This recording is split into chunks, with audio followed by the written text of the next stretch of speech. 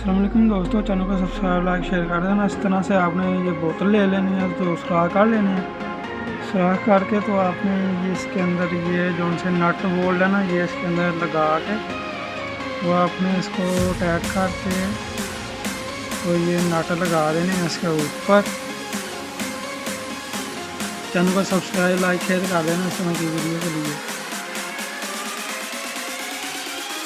तो आपने ये पेंसिल का सिक्का लेना है, तो इसके अंदर लगा देना। लगा के तो आपने इसको कट कर देना। ये कोई मोमबत्ती है छोटी सी, वो आपने लगा के तो इधर लगा देनी है इसके अंदर। तो चैनल को सब्सक्राइब लाइक शेयर कर देना इस तरह की वीडियो के लिए। तो आपने इसको ये 12 वोल्ट देना है, तो ये ऑन हो जाएगा। पता सब्सक्राइब लाइक शेयर कर देना।